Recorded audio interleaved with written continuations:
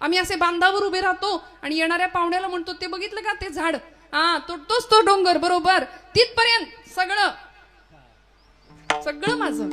ती धरणी माता हसते आपल्यावरती, म्हणते याचा पणजा सुद्धा हेच म्हणायचा की, याचा आजा पण हेच म्हणायचा.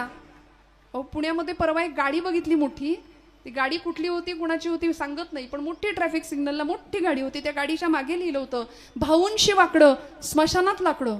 म्हणलं बाई ग, आता हे भाऊ ही गाडी घेऊन जाणार की काय वरती, काय न्यायचंय सोबत सांगा ना मला. 16-17 वर्षाचा मुलगा झाला, चटकपटक बोलण्याचा त्याला गुण आला की तो पित्यालाच विचारतो आमच्यासाठी काय केलं, आणि हाडाची काढं रक्ताचं पाणी करून सगळं आम्ही पुढच्या पिढ्यांसाठी करतो. परवा एक आजोबा भेटले, म्हटलं काय झालं एवढी चिंता काय चेहऱ्यावर. म्हणाले काय सांगू अगं पोरी. म्हटलं काय झालं तरी काय. अहो 7 पिढ्या बसून खातील एवढं कमवून ठेवलंय तुम्ही. म्हणाले नेमकं खरंय तुझं, 7 पिढ्या बसून खातील एवढं कमावलं, जिद्दीनी कष्टानी शून्यातनं विश्व निर्माण केलं, पण 8वी पिढी काय खाईल याची चिंता लागली म्हणले मला. दिवसभर आम्ही ही जीभ अनेकांची निंदा करण्यासाठी नाचवतो अक्षरशः. काय मिळतं, शब्द संभल के बोलिये, शब्द के हात ना पाव, एक शब्द हे औषधी तो दुसरा शब्द हे घाव. आणि आमचे शब्द दुसऱ्याच्या हृदयाला व्रण आणि जखमा देण्याकरता आहेत का. आम्ही किती वर्षांचं दुखणं ठेवतो, अमक्यानी मला असं बोलला, त्याला बघून घेतो. अरे झाली 25 वर्ष त्या घटनेला. Forgive, forgot and move forward असे 3 शब्द आम्हाला भगवान गोपालकृष्ण देतात. काही गोष्टींना क्षमा केली पाहिजे, काही गोष्टी विसरून गेल्या पाहिजेत आणि पुढे चालत राहिलं पाहिजे. हे ज्याला जमलं त्याला उत्तम जीवन जगता आलं. मांजर पाळली होती घरामध्ये राखांनी बरं का, जिथं मडकी घडवली जातात. कुंभारांच्या घरामध्ये मडकी भाजण्याची जी भट्टी आहे तिला आपण आवा म्हणतो ना. छान उदरनिर्वाह चाललाय, नामचिंतन अखंड चालू आहे. एक दिवस ती मांजर व्यायली, 5 पिल्लं झाली तिला. आणि मांजरीचा स्वभाव असतो, ती पिल्लं काही एका जागी ठेवत नाही. मांजरीनं पिल्लं घेतली आणि अशी ओली कच्ची मडकी घडवून तिथं ठेवली होती. त्यातल्या एका मडक्यामध्ये तिने आपली 5ही पिल्लं ठेवली आणि ती गेली निघून. आता नेमका तोच दिवस होता की ती भट्टी पेटवायचा दिवस होता. सगळी मडकी बनवून ठेवली आणि भट्टी पेटणार. आता पेटलेली भट्टी काही लवकर विझत नाही. जसा धूर भट्टीतनं वरती यायला लागला तसं गावात फिरणाऱ्या मांजरीला कळलं नेमकं काय झालंय. माझी लेकरं ठेवली आहेत मी. अहो आईच आहे ना शेवटी. वात्सल्य प्राण्यातलं काय आणि मानवातलं काय. ती धावत आली, त्या आगीच्या दिशेने झेप घ्यायला लागली. राकाला कळे ना, अगं म्हणे आगीत कुठं उड्या मारतेस, बाजूला हो. त्या मांजरीने राकाचे पाय चटले आणि मालकाला आईची भाषा कळली. काळजात चरकन वेदना झाली आणि बायकोला विचारलं, होय ग या मांजरीने पिल्लं ठेवली होती का ग मडक्यात. ती म्हणली नाही मला नाही ठावजी. मुलीला विचारलं तुला माहितीये का ग. ती म्हणली बाबा मला बी नाही ठावं. 100% म्हणाले या मांजरीची पिलं यातल्या एका मडक्यात गेली आणि मडकं भट्टीत गेलंय. करायचं काय आता. राकात तिथेच बसले, डोळे मिटले आणि पांडुरंगाचं चिंतन सुरू केलं, नामस्मरण सुरू केलं. अखंड चिंतन विठोबाचे. भगवंता तुझं हृदय पडता जड भारी, दासी आठवावा हरी, मग तो येऊन येदी क्षीण आड घाली सुदर्शन. तुझं हृदय योगक्षेमम वहाम्यहम. आता तू तुझा शब्द राख, या मायलेकरांची ताटातूट होऊ द्यायची नाही. राकाने भगवंतांना शब्द दिला, देवा तू तुझा शब्द राख, मी माझा शब्द तुला देतो. जर या भट्टीतनं ही मांजरीची पिल्लं सुखरूप बाहेर आली तर मी घरादारावर तुळशीपत्र ठेवीन, प्रपंच सोडेन आणि पंढरपुरात तुझ्या सेवेसाठी तुझ्या नामासाठी येऊन राहीन. हा भक्ताचा शब्द.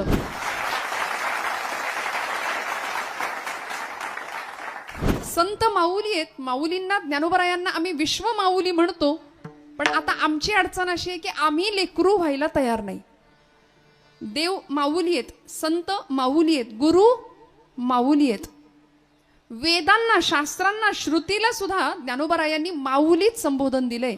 पै अहितापासुनी सोडविती, हित देऊनी वाढविती, नाही गा श्रुती परवती माऊली जगा. श्रुतीला, शास्त्राला माऊलींनी माऊली हेच संबोधन दिलंय. कारण आई असंच करते हो.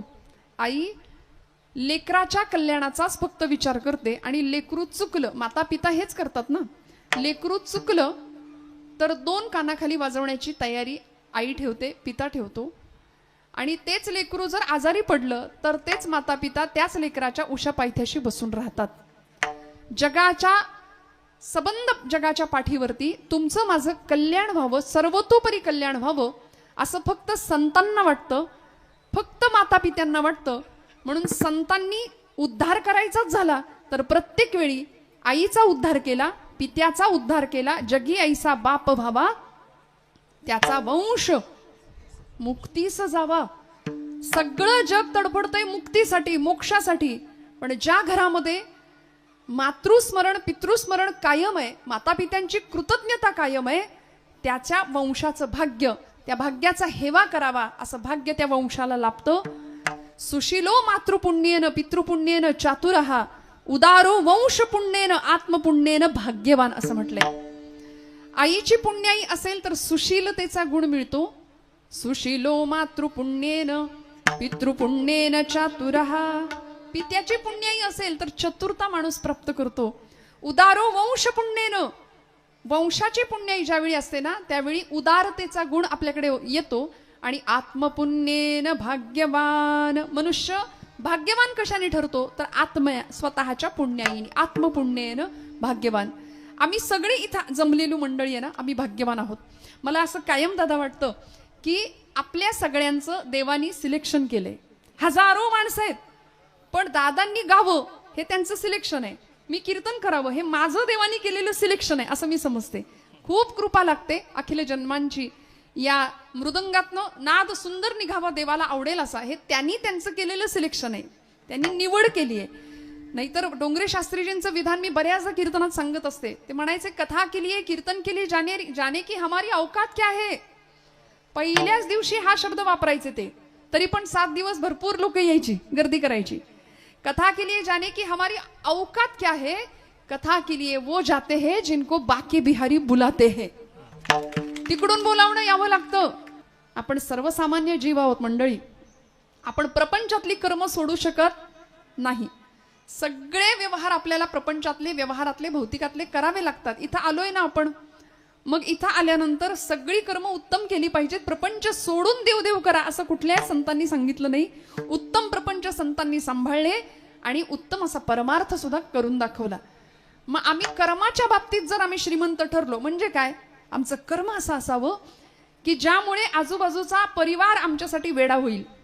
तुम्ही ये म्हणून, तुम्ही आहात हाय म्हणून, बरं याच्याशिवाय आमचं पान हलत नाही म्हणून. असं कोणीतरी असतं बघा, घरात एक कर्ता पुरुष असतो, त्याच्याशिवाय घर हलूच शकत नाही, घराचा कणा असतो तो.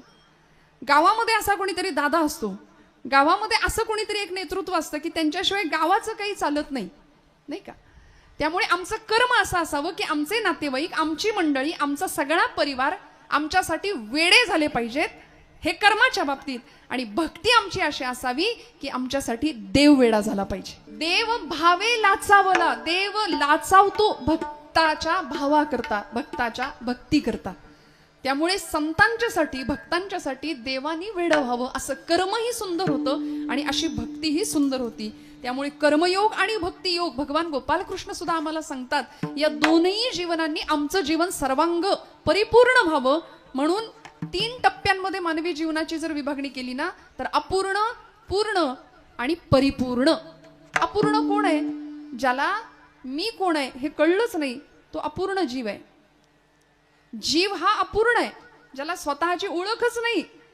तुम्ही कोण असं जर विचारलं तर आम्ही उत्तर देऊ आमचं अमुक अमुक अमुक, मी या गावचा, या इथं इथं इथं इथं राहतो, असं आम्ही आमची स्वतःची ओळख देऊ. हे आमचं देहाला झालेलं देहाची ओळख आहे. पण याच्या आत जाऊन स्वतःला विचारावं हु आय एम. प्रश्नाचं उत्तर मिळेल अमुक अमुक अमुक, परत विचारावं हु आय एम, मी कोण. परत उत्तर मिळेल मी अमक्या अमक्या गावचा, अमक्या अमक्याची मुलगी, अमक्या अमक्याचा मुलगा. परत विचारावं मी कोण. परत उत्तर मिळेल मी या देशाचा नागरिक आहे, मी एक सुजाण नागरिक आहे, मी या गावचा उत्तम नागरिक आहे.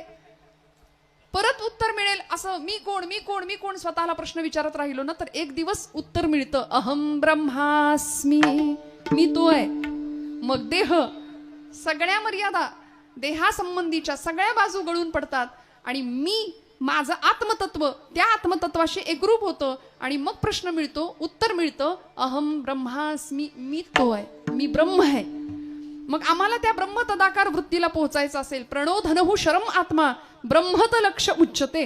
प्रणवाचं धनुष्य करायचं आणि आत्म्याचा बाण करायचा आणि माशाचा डोळा म्हणजे ब्रह्म असं समजून ब्रह्म तदाकार वृत्तीला पोहोचायचं. म्हणजे काय, अर्जुनाने काय केलं होतं, एकाग्र चित्त केलं, तेलाच्या पात्रामध्ये दृष्टी एकाग्र केली, गरगर फिरणारं ते मत्स्ययंत्र, त्याच्यावर ठेवलेला तो मासा आणि त्याचा लाल डोळा, एवढं एकाग्र चित्त केलं. तसं प्रणवाचा धनुष्य आत्म्याचा बाण आणि ब्रह्म म्हणजे माशाचा डोळा असं समजून आम्ही आमचं लक्ष त्या ब्रह्माकडे असलं पाहिजे. पण आमच्या बाबतीत नेमकं हे घडत, आमचं लक्ष तेवढं सोडून बाकी सगळीकडे आहे. आमचं लक्ष प्रपंचात फार आहे, आमचं लक्ष भौतिकात फार आहे, नाही का. आमचं लक्ष लक्षाकडे फार आहे. लक्ष 1 लक्ष 2 लक्ष 3 लक्ष. परमार्थाचा अर्थ कळायला वेळ लागतो, पण अर्थाचा परमार्थ लवकर कळतो ना हो आम्हाला. त्यामुळे नको तिकडे आमचं. म्हणून तुकोबरायांचं विधान, जोडोन या धन उत्तम व्यवहारे उदास विचारे वेच करी. पण आम्ही दुसरं वाक्य बघत पण नाही तिकडं. आम्ही पहिलं वाक्य फार सिरियसली घेतो. जोडोन या धन उत्तम व्यवहारे, फार सिरियसली पहिल्या वाक्याचा विचार करतो. महाराजांनी सांगितलंय जमवा जमवा, फक्त जमवा. पहिला पै गाठी मारा, सगळा पैसा सेविंग, एकदम उत्तम बँक बॅलन्स. सगळं झाल्यानंतर एक दिवस, जुन्या माणसांची म्हण आहे बघा, उष्ट्या हाताने कावळा सुद्धा कधी हाकलला नाही यांनी. ना देवाचा ना देशाचा ना धर्माचा विचार. सगळं एक दिवस इथंच राहतं आणि एक दिवस सगळं सोडून आम्हाला इथून निघून जावं लागतं. काही नेता येत नाही. लाख कमाओ हिरा चांदी सोना मोती, लेकिन कफन को कभी जेब नहीं होती. असतं का? खिसा असतो त्याला काही भरून नेता येतं? नाही नेता येत. सगळं इथं राहतं. माऊलींच्या ओव्या या संदर्भातल्या आपल्याला माहितीये, गीतेचे श्लोक आपल्याला माहितीये. वासंसे जीर्णानी यथा विहाय नवानी गृह्णाती नरोपराणी. जैसे जीर्ण वस्त्र सांडीजे मग नूतन वेढीजे, तैसे देहांतराते स्वीकारिजे चैतन्यनाथे. काय स्वीकारायचं नेमकं? इथं येऊन संतांनी काय मिळवलं? या उपाधी माझी गुप्त, चैतन्य असे सर्वत्र. ते तत्वज्ञ आणि संत स्वीकारिते.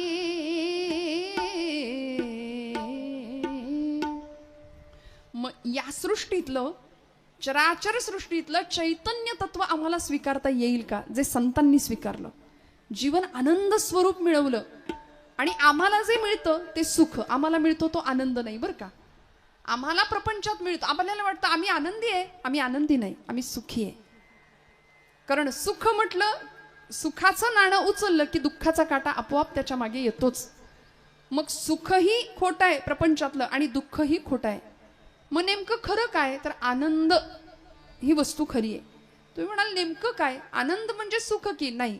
आनंदाला मराठीमध्ये विरुद्धार्थी शब्दच नाहीये. आनंद काय आहे माहितीये? आनंद अद्वय नित्य निरामय. आनंद अद्वय नित्य निरामय. आनंद अद्वय नित्य निरामय. आनंद अद्वय नित्य निरामय. आनंद अद्वय नित्य निरामय. आनंद अद्वय नित्य निरामय. आनंद अद्वय नित्य निरामय. आनंद अद्वय नित्य निरामय. जे का निज ध्येया योगियांचे, जे का निज ध्येया योगियांचे, ते समचरण साजिरे विटेवरी. जय हो. ते समचरण साजिरे विटेवरी.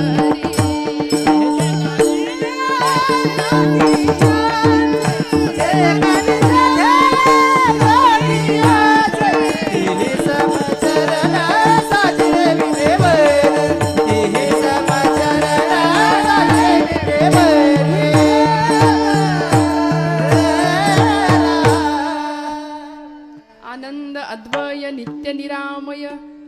जे का निज ध्येय योगियांचे, ते हे समचरण साजिरे विटेवरी.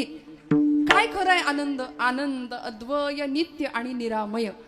आनंद स्वरूप जर काही असेल ना, तर फक्त परमात्मा तत्व आहे. मग इथे आल्यानंतर त्याला ओळखणं, त्याची ओळख करून घेणं, हेच मानवी जीवनाचं परम कल्याणाचा एकमेव मार्ग आहे. आणि म्हणजेच आमच्या हिताचा मार्ग आहे. आणि ते हित कुणाला कळालं? संतांना कळालं. ते हित कुणाला कळालं? महापुरुषांना कळालं. ते हित भक्तांना कळालं. ते हित साधकांना कळालं. आम्ही प्रापंचिक मंडळी आहोत. प्रपंच करता करता आमचं हितही साधावं असं तुकोबरायांना वाटलं. आणि ते कुणाच्या माध्यमातून साधावं याचाही परामर्श घेत तुकोबराय ज्याला आपल्या ज्याला आपलं हित व्हावं, ज्याला आपलं कल्याण व्हावं असं वाटतात, त्याच्या माता पित्यांना थेट धन्यवाद देतात अभंगाच्या प्रथम चरणात. आपुलिया हिताचे जगता, आपुलिया हिताचे जगता, हिताचे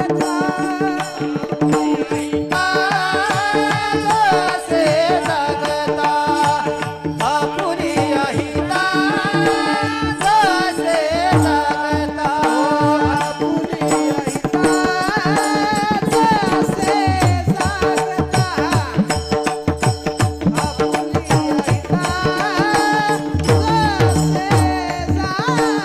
आपुलिया हिताचे जगता, आपुलिया हिताचे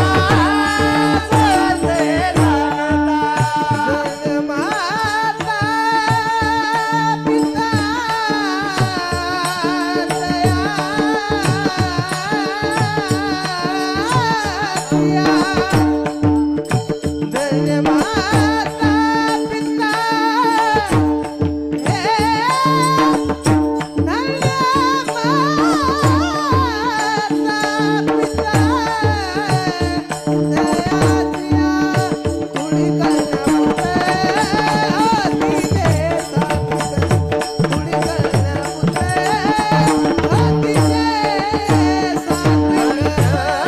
पिता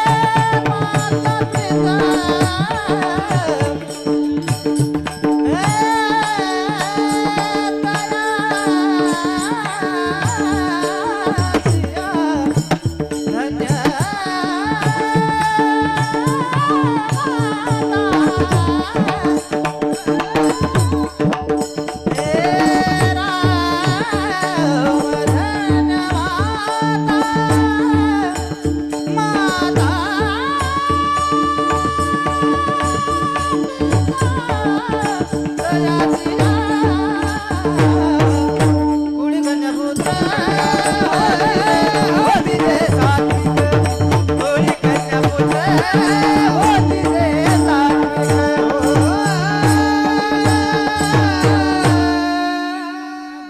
आपुलिया हिता जो असे जागता, धन्य माता पिता तयांचिया.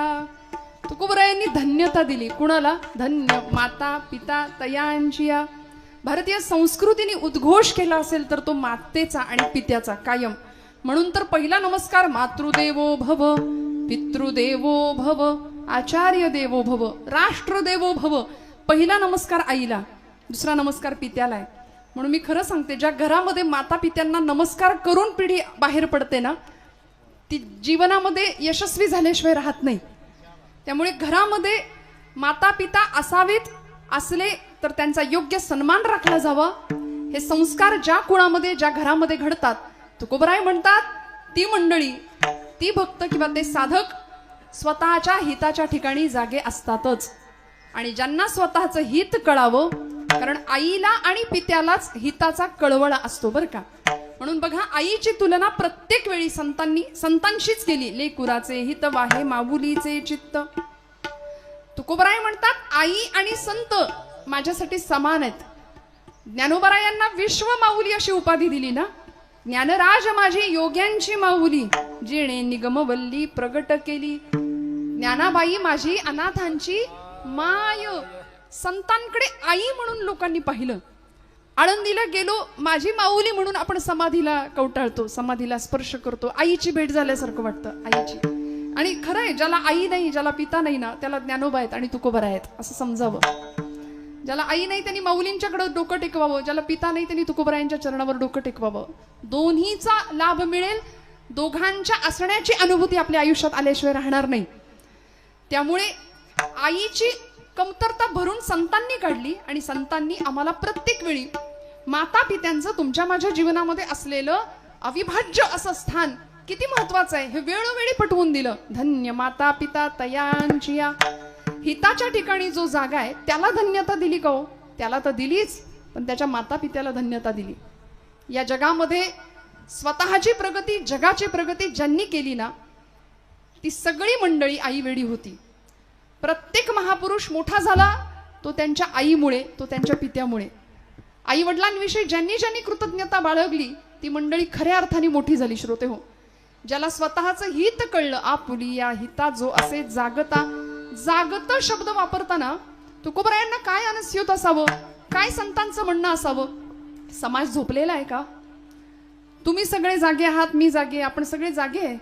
मग ही कुठली झोप आहे की ज्या झोपेबद्दल संतांनी विधानं केली? आपण तर जागे, हिताच्या ठिकाणी जागे की आपल्याला आपलं हित कळतं ना? कळतं की नाही? हो म्हणा, कळतं ना? आपल्याला आपलं हित कळतं. आपलं हित असंच आहे, 4-2 एकर मस्त जमीन घ्यायची, मस्त बँक बॅलन्स वाढवायचा, उत्तम लेकरा बाळांच्यासाठी पुढच्या भविष्याची तजवीज करून ठेवायची आणि नातवंडांचं पंतवंडांचं तोंड बघून सुखानं इथून निरोप घ्यायचा.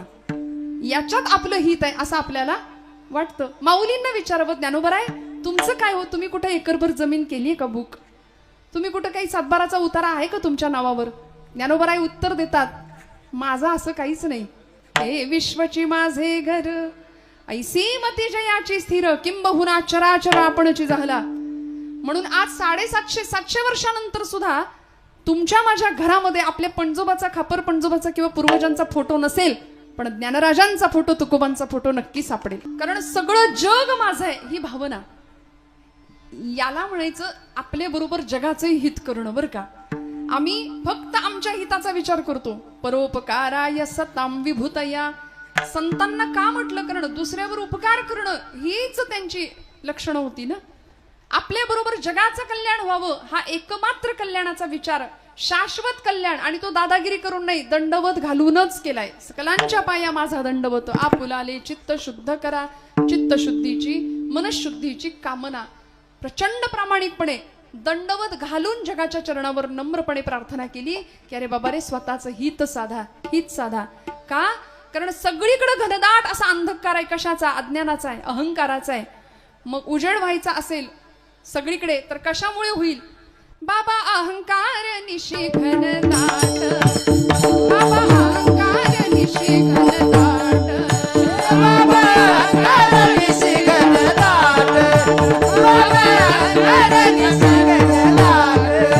गुरु वचने फुटली पहाट, गुरु वचने फुटली पहाट, गुरु वचने फुटली पहाट, गुरु वचने फुटली पहाट.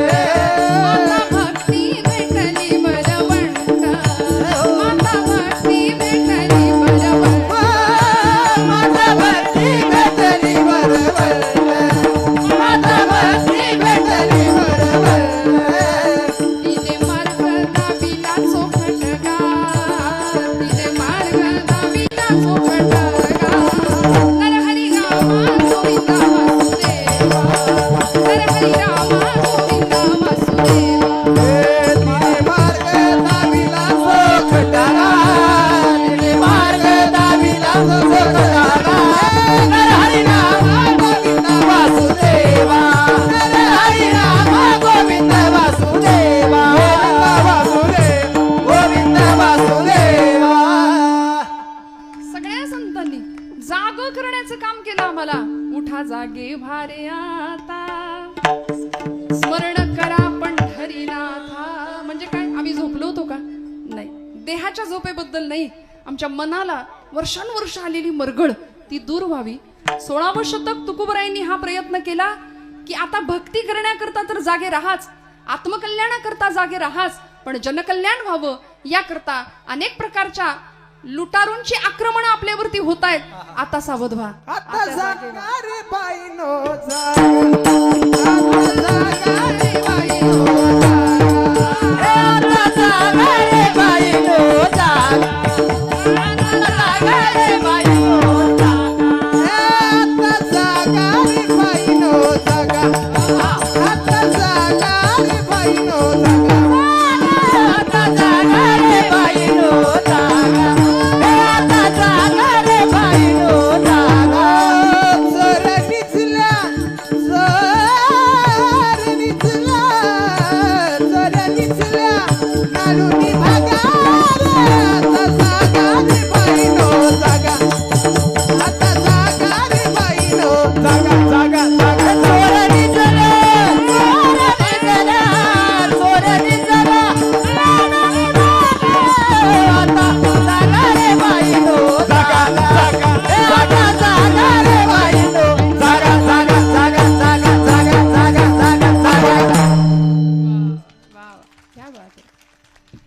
तुम्ही जागे आहेत ना सगळे? नाही, जाग आली का आता? समजा. आणि कीर्तनाचा तो गुणधर्म आहे, कीर्तनामध्ये ती बया येते ना, है की नाही? ती येते, मग वेळ कुठली असू दे. अहो, राम जन्माच्या कीर्तनाला पण ती येते दुपारच्या.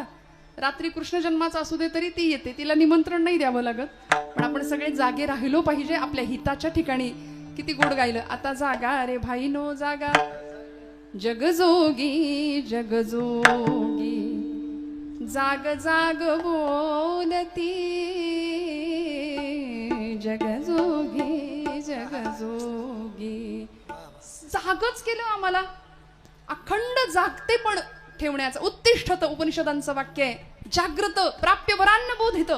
उठा, जागे व्हा आणि तुमचं ध्येय साध्य होईपर्यंत थांबू नका. हे जागेपण आम्हाला संतांनी दिलं, हे जागेपण आमच्या क्रांतिकारकांनी दिलं, हे महापुरुषांनी दिलं. आज महात्मा ज्योतिराव फुले यांची जयंती आहे. काय केलं हो? निद्रिस्त होता समाज. शिक्षण नव्हतं. विद्येविना मती गेली, मतीविना गती गेली, गतीविना वित्त गेले, वित्ताविना शूद्र खचले. एवढे सगळे अनर्थ एका अविद्येने केले. त्यामुळं ज्ञानाचा प्रकाश समाजामध्ये पसरावा आणि अज्ञानाची मरगळ, अज्ञानामुळे आलेली निद्रा खाडकन सगळे जागे व्हावेत म्हणून काय केलं? काय परिस्थिती होती हो? सावित्रीबाई फुल्यांसारख्या पत्नी लाभल्या आणि दोघांनी मिळून एक क्रांती घडवली समाजामध्ये. का उल्लेख करायचा आजच्या दिवशी सावित्रीबाईंचा, ज्योतिबांचा? एक तर त्यांचा दिवस आहेच आहे, पण सावित्रीबाई जर नसत्या, ज्योतिबा फुले नसते, तर फार लांबचं उदाहरण नाही, मीच तुमच्या समोर आज दिसले नसते.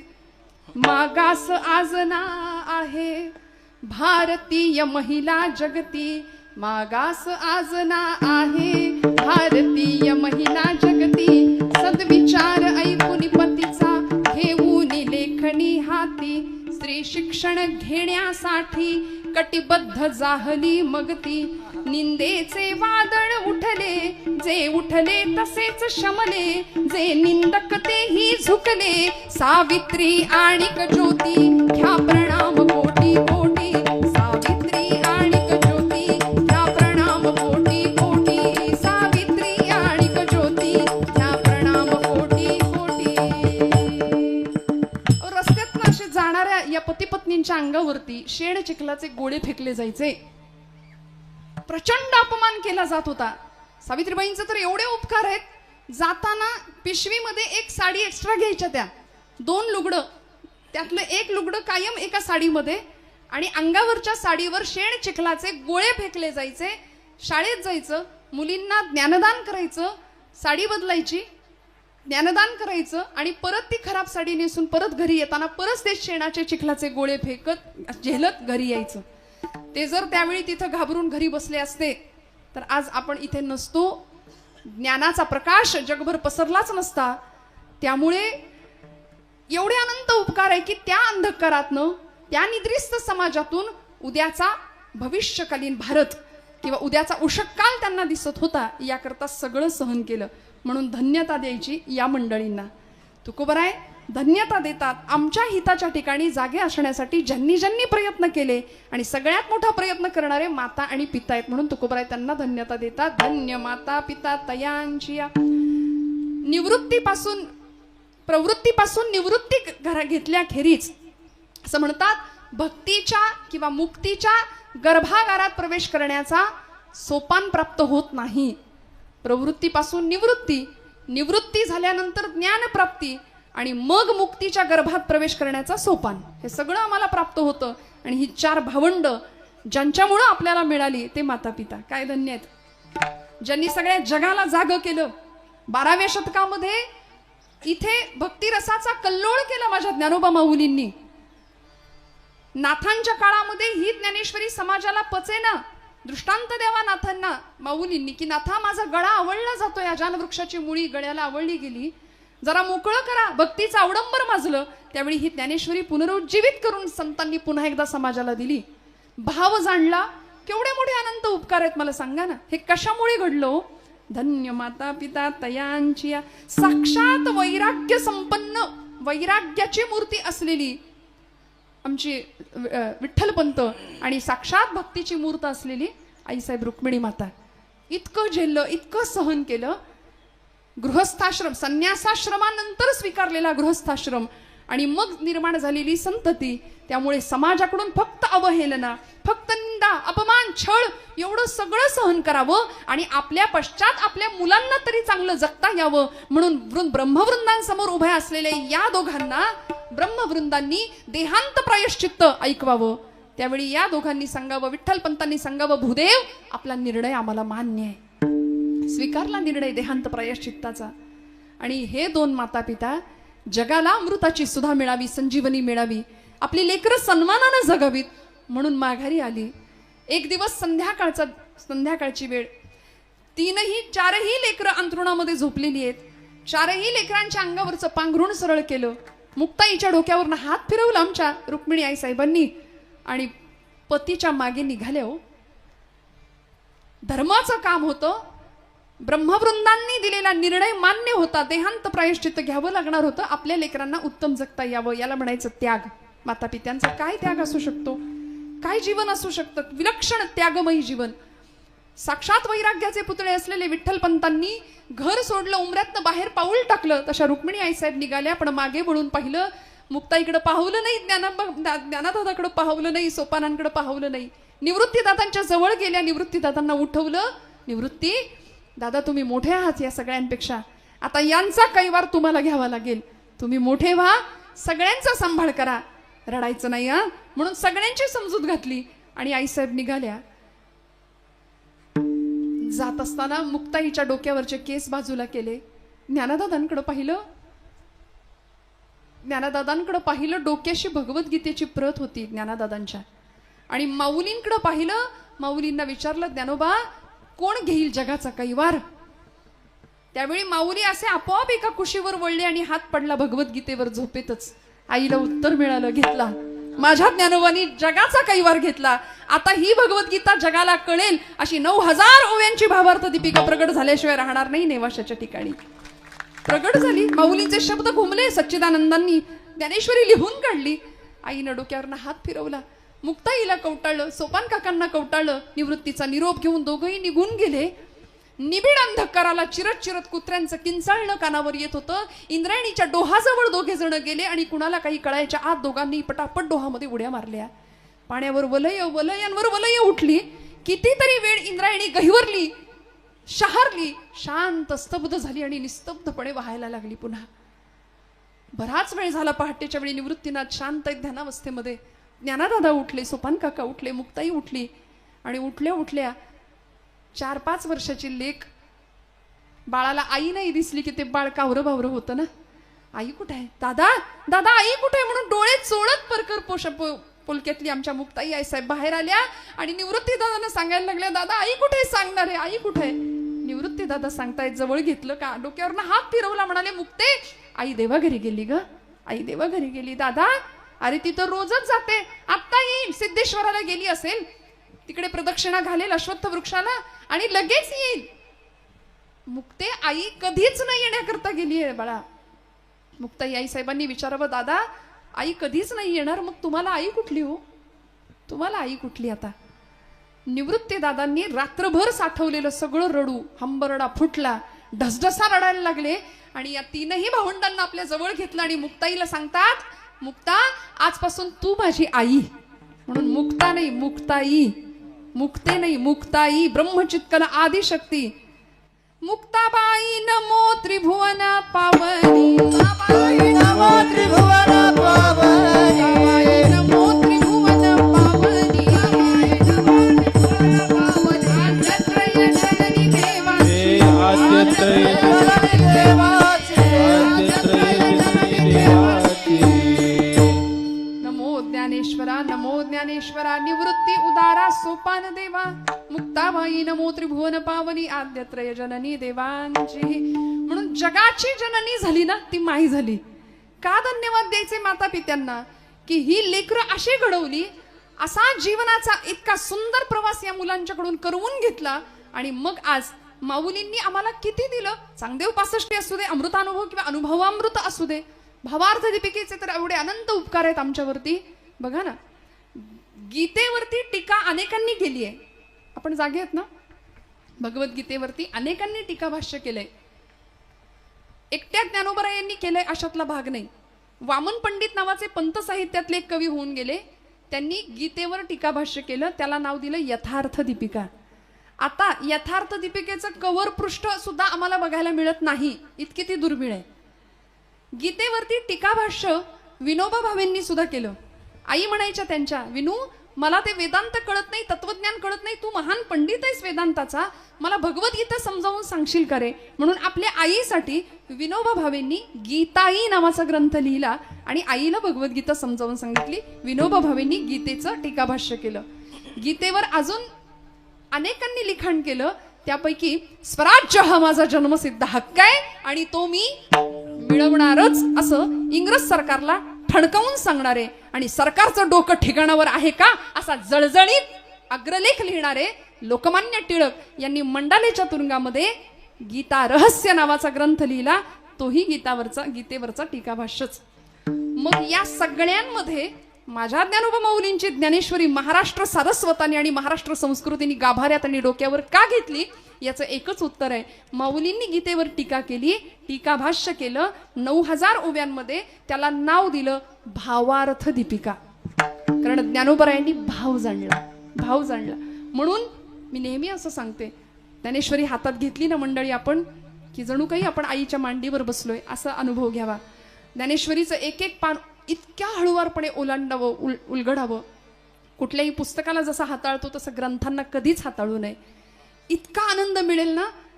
आई आहे ना, ती मांडीवर घ्यायला बसलीये. आमची अडचण आहे, मगाशी मी म्हटलं आम्ही लेकरू व्हायला तयार नाही. अहंता आणि ममता या दोन गोष्टींनी आमच्या जीवनाच्या दुःखाला या दोन गोष्टी कायम कारणीभूत ठरल्या. आम्ही असे बांधावर उभे राहतो आणि येणाऱ्या पाहुण्याला म्हणतो, ते बघितलं का ते झाड, हा तोच तो डोंगर, बरोबर तिथपर्यंत सगळं माझं. ती धरणी माता हसते आपल्यावरती, म्हणते याचा पणजा सुद्धा हेच म्हणायचा की, याचा आजा पण हेच म्हणायचा. अहो पुण्यामध्ये परवा एक गाडी बघितली मोठी. ती गाडी कुठली होती, कुणाची होती सांगत नाही, पण मोठी ट्रॅफिक सिग्नलला मोठी गाडी होती. त्या गाडीच्या मागे लिहिलं होतं, भाऊंशी वाकडं स्मशानात लाकडं.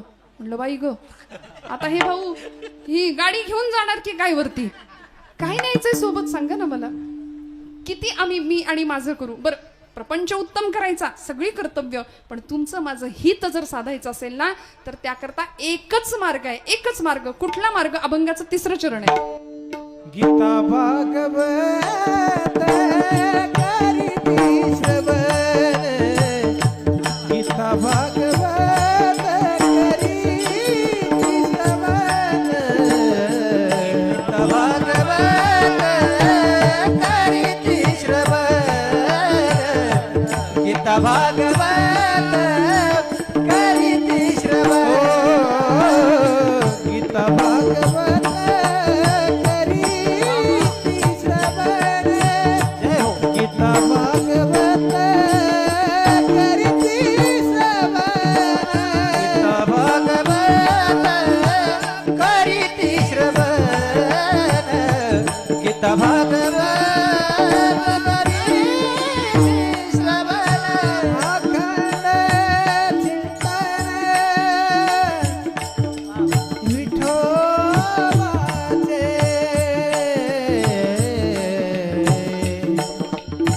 अखंड चिंतन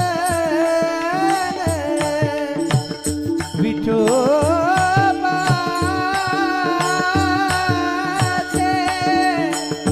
विठोबाचे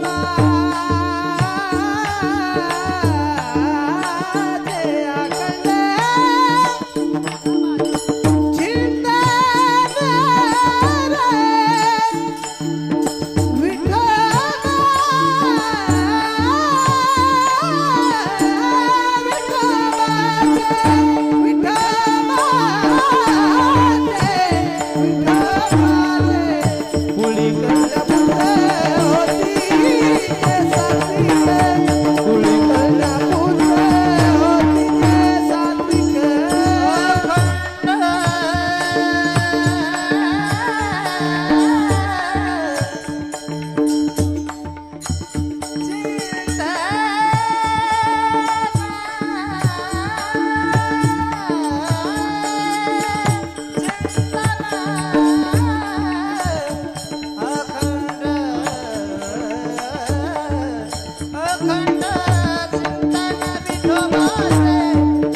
होळी कन्या पुत्र होईले सांगा होळी कन्या पुत्र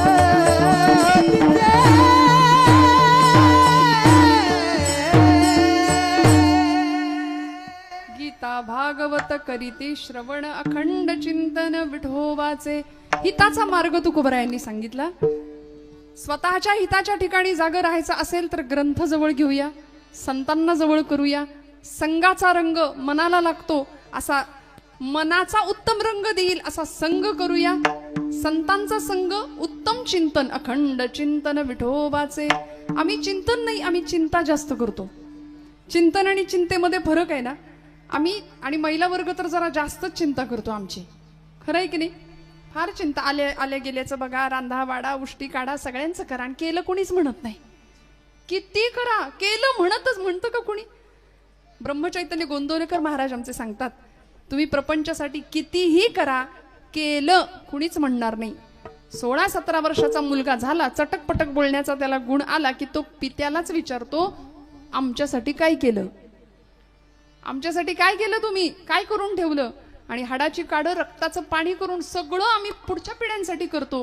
परवा एक आजोबा भेटले, म्हटलं काय झालं, एवढी चिंता काय चेहऱ्यावर? म्हणाले काय सांगू अगं पोरी. म्हटलं काय झालं तरी काय? अहो 7 पिढ्या बसून खातील एवढं कमवून ठेवलंय तुम्ही. म्हणाले नेमकं खरंय तुझं. 7 पिढ्या बसून खातील एवढं कमावलं, जिद्दीनी कष्टानी, शून्यातनं विश्व निर्माण केलं. पण 8वी पिढी काय खाईल याची चिंता लागली म्हणले मला. मनुष्य कशाची चिंता करतो बरं? चिंता चिता समायुक्ता बिंदू मात्रम विशेषतः निर्जीवम दहते चिता सजीवम दहते चिंता. निर्जीव माणसाला जाळण्याचं काम चिता करते आणि सजीव माणसाला कायम जाळत असते ती चिंता. म्हणून खरं सांगू, चिंतन करावं, चिंता नाही.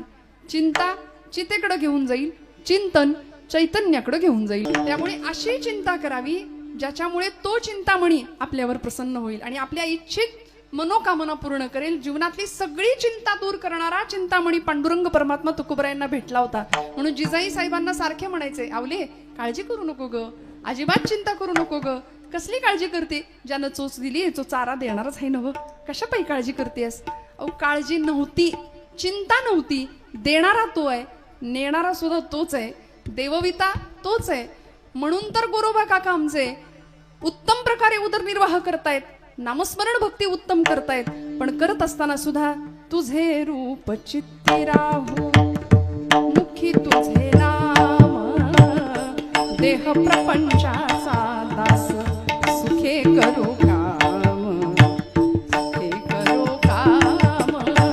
तुझे रूप चित्ती राहू, तुझे रूप चित्ती राहू, मुखी तुझे नाम.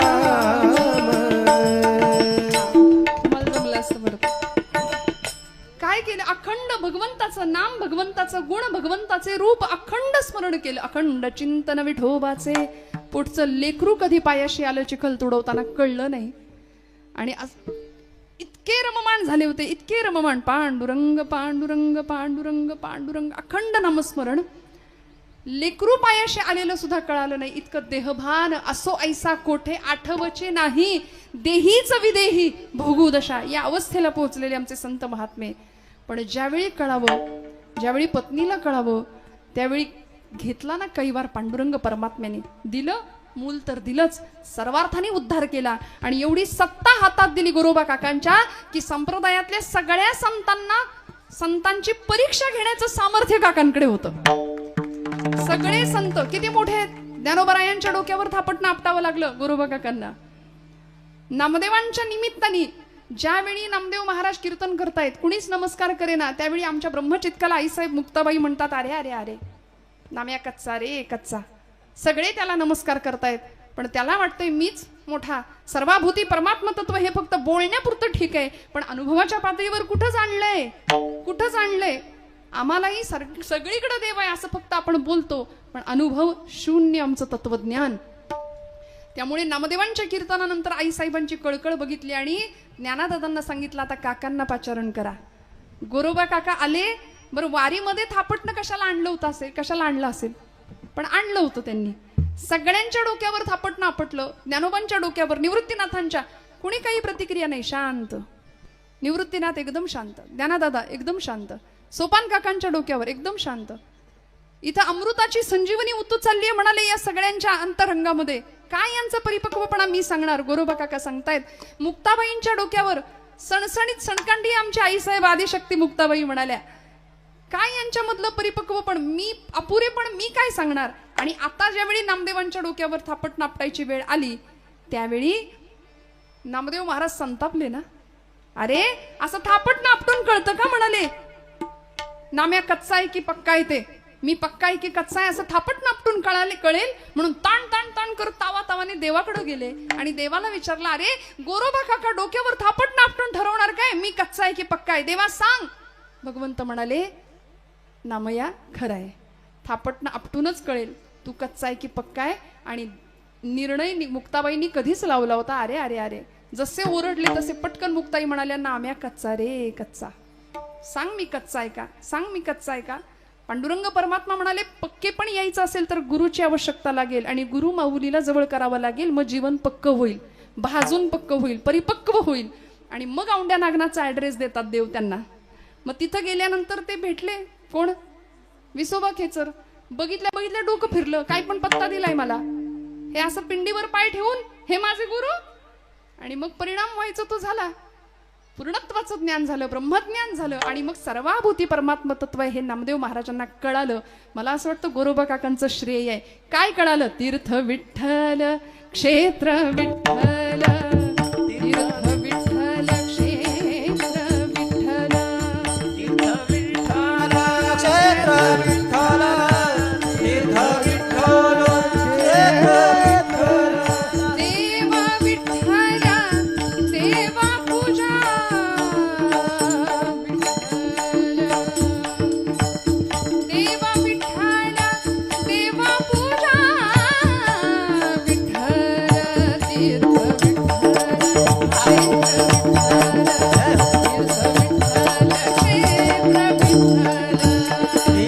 विठ्ठल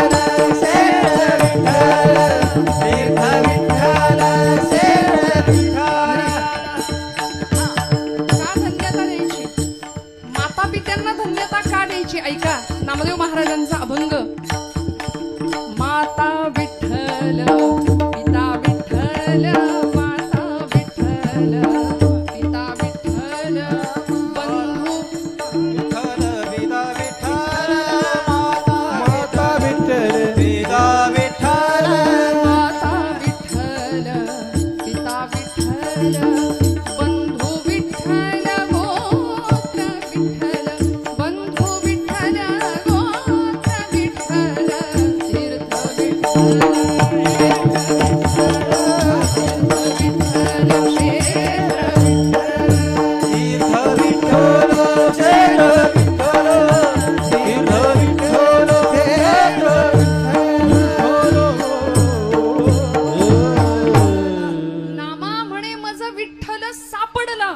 असा देव सापडणं सोपं आहे का. पण ज्यावेळी आईच्या पायाकडे पाहिलं विठ्ठल सापडला, ज्यावेळी बापाच्या चरणात पाहिलं विठ्ठल सापडला. आज आमच्या तरुण पोरांना सांगावं लागेल की तिथं विठ्ठल दिसेल. परमेश्वराने इमर्जन्सी ऍड्रेसच दिलाय त्याचा. मला जर शोधायचं असेल ना तर एक वेळ विटेवर मला नाही शोधत आला तरी चालेल, पण माता पित्यांच्या चरणाकडे पहा, मी तिथं आहे, मी मातेच्या आई बापांच्या चरणस्पर्शात आहे. माता विठ्ठल पिता विठ्ठल हा आदर्श घालणारे आमचे सगळे संत. गोरोबा काकांच्याच पुढच्या काळामध्ये त्याच घरामध्ये जन्माला आलेले राका कुंभार. काय परिणाम असेल, काय चिंतन असेल, अखंड चिंतन विठोबाचे. किती चिंतन करावं. राकांच्या पत्नीचं नाव होतं बंका आणि मुलीचं नाव होतं वंका. सुंदर अध्यात्म, सुंदर प्रपंच चालू आहे. मांजर पाळली होती घरामध्ये राकांनी बरं का. आणि आता आपल्या घरामध्ये काय असतं, जिथं मडकी घडवली जातात कुंभारांच्या घरामध्ये कुलाल म्हणतो ना आपण, काय असतं, भट्टी असते ना. कसली भट्टी, तिला आवा म्हणतो आपण. आता हे आम्हाला, आता तुम्ही आम्हाला सांगायचं नक्की कसं असतं काय असतं ते. पण आवा चालली पंढरपूरला, मला तर वाटलं तीच की काय पहिल्यांदा. ते भट्टी भाजण्याची, मडकी भाजण्याची जी भट्टी आहे तिला आपण आवा म्हणतो ना.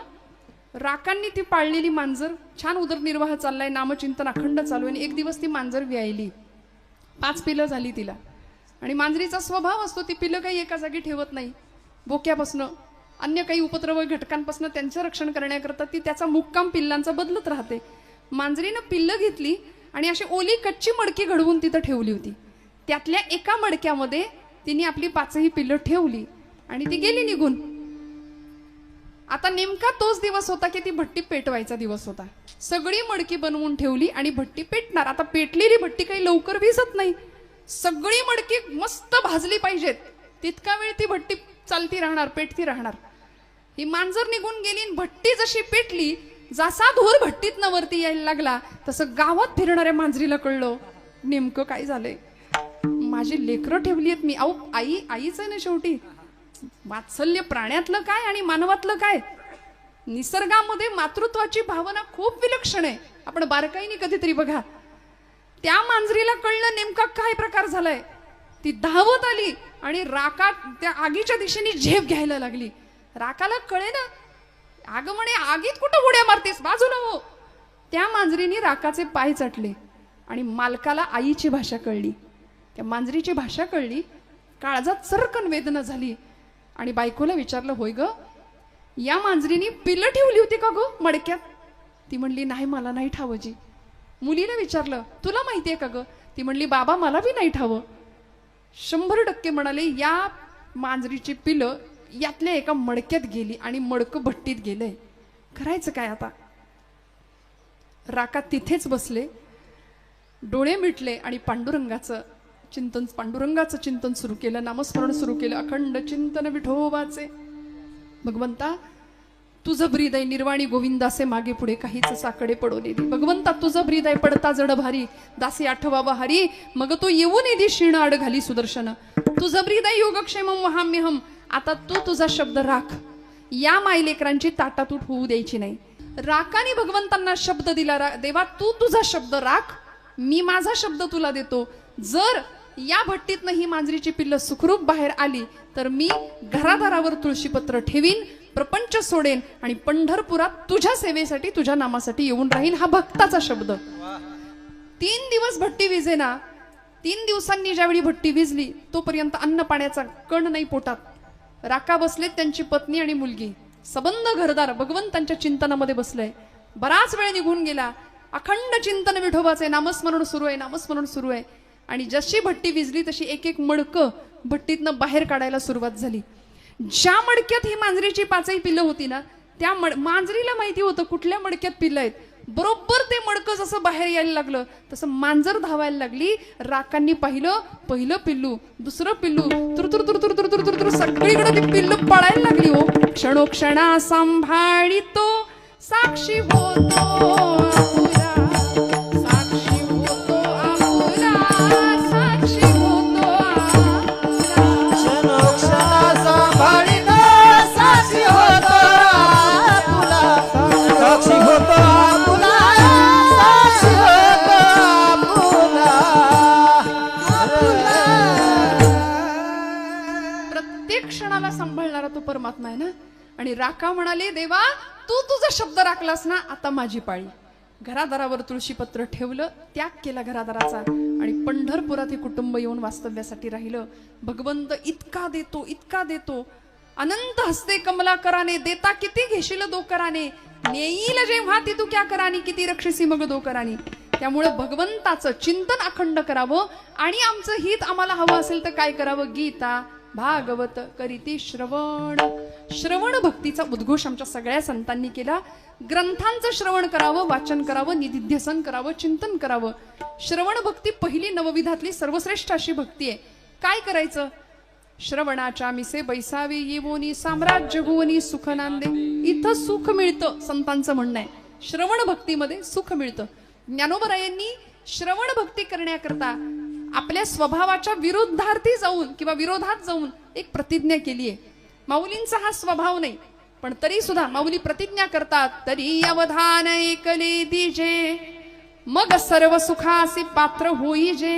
हे प्रतिज्ञोत्तर माझे उघड ऐका. माऊली प्रतिज्ञा घेऊन सांगतात की तुम्हाला सुख जर हवं असेल ना, श्रवणाच्या मिसे बैसावे येवोनी, श्रवणाच्या मिसे बैसावे येवोनी, श्रवणाच्या मिसे बैसावे येवोनी, साम्राज्य भुवनी सुख नांदे.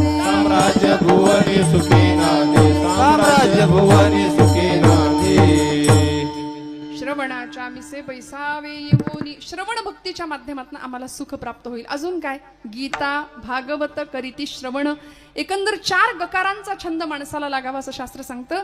गीता गोविंद गीता गंगाच गायत्री गोविंदे हृदि संस्थिते चतुर्गकार संयुक्त पुनर्जन्म न विद्यते. म्हणाले पुढचा जन्म घ्यावाच लागणार नाही. 4 गकार गीता गंगा गायत्री आणि गोविंद म्हणून तर तुकोबरायांना छंद लागला. गोविंद गोविंद मना लागलिया छंद असा गीतेचा छंद लागावा. गीतेचं पठण करावं. आमच्या लेकरांना या सगळ्याशी काही घेणं देणं नसतं बरं का. मी हात जोडून जिथं जाते तिथं सांगते उत्तम वाचायला द्या लेकरांना. उत्तम वाचायला द्या. श्यामच्या आईचं पुस्तक आता बघायला मिळत नाही. श्यामची आई घरात एखादं फर्निचर नसलं तरी चालेल पण 5-50 रुपयाची पुस्तकं ठेवा पोरांना वाचायला. उत्तम ग्रंथ. मी कुटुंबाला मनापासून धन्यवाद देणार आहे याच्यासाठी आज की त्या निमित्ताने पत्रिकाही पोचली आणि हरिपाठही पोचला घराघरामध्ये. जोरात वाजवाना टाळ्या. तुम्ही कंटाळलात का? नाही ना. आपलं कीर्तन संपणारे वेळेत काळजी करू नका. गीता गंगाच गायत्री गोविंदे हृदि संस्थिते गीता भागवत करीती श्रवण. गीतेचं अखंड चिंतन करावं. 18 अध्यायी गीतेमध्ये काय सांगितलं भगवंतांनी गोपालकृष्णांनी अर्जुनाला. मोहग्रस्त झालेला अर्जुन शेवटच्या स्थितीला एक भगवंतांना वाउचर देऊन टाकतो. तसं तुम्हाला मला सुद्धा देवाला एक वाउचर देता आलं पाहिजे. कसलं? कुठली पावती द्यायची? अहो पावती दिली पाहिजे ना. मला नाही म्हणत आहे मी. देवाला दिली पाहिजे. कुठली पावती? जी अर्जुनाने दिली हो. शेवटचा अध्याय मोक्ष संन्यास योग शेवट. नष्टो मोह स्मृतिर्लब्ध्वा त्वत्प्रसादान्मयाच्युतः स्थितोऽस्मि गत संदेह करिष्ये वचनं तव. विश्वरूप दर्शन झालं भगवंतांचं. 18 अध्यायी गीतेचं ज्ञान दिलं भगवंतांनी. गीतामृत पाजलं अर्जुनाला. त्याच्या निमित्ताने तुम्हाला मला पण अर्थात ते हातात घेतलं तर कळेल. माऊलींची ज्ञानेश्वरी हातात घेतली तर कळेल.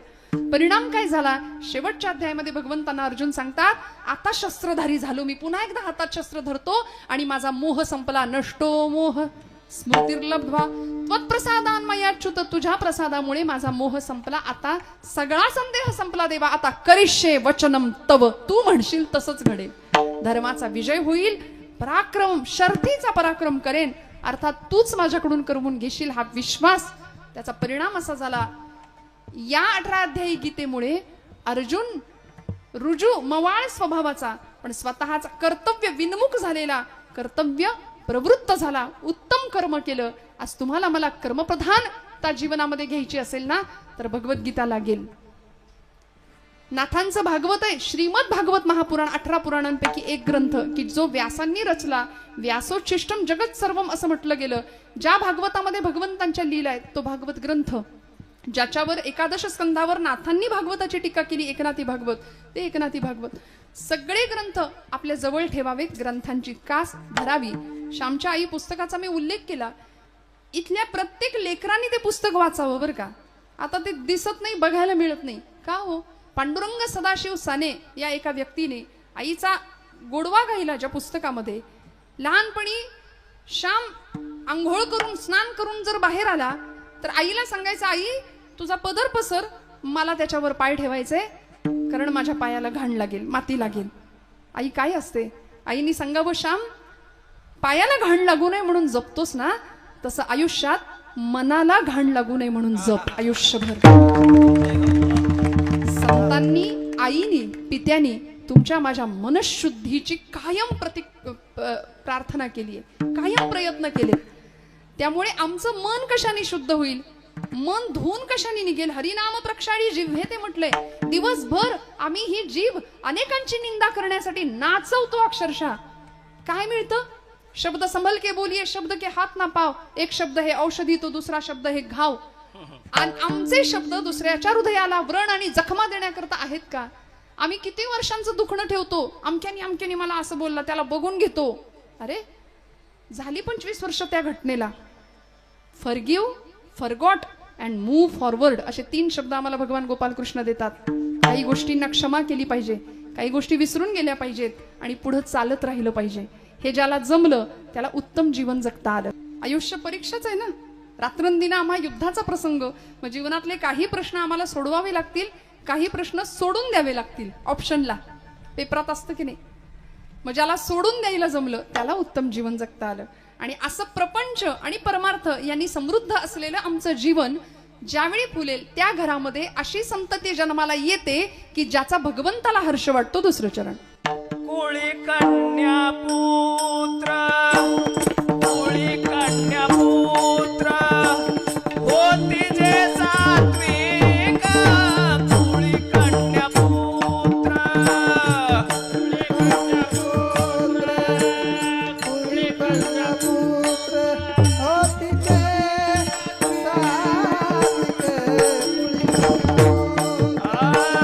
कुळी कन्या पुत्र, कुळी कन्या पुत्र, होती जे सात्विक, कुळी कन्या पुत्र.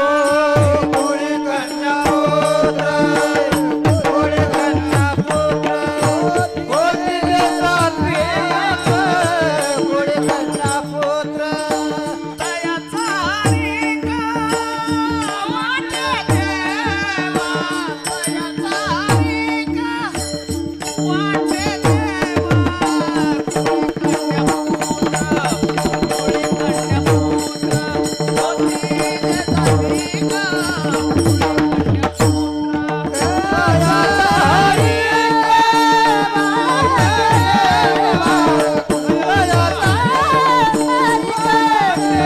देवा, कन्या पुत्र, कुळी कन्या पुत्र, होती जे सात्विक, कुळी कन्या पुत्र.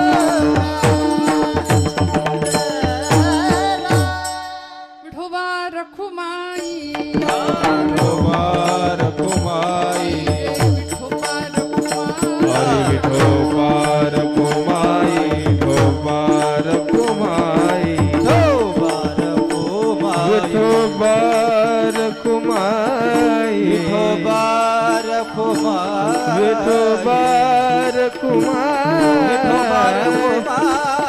विठोबार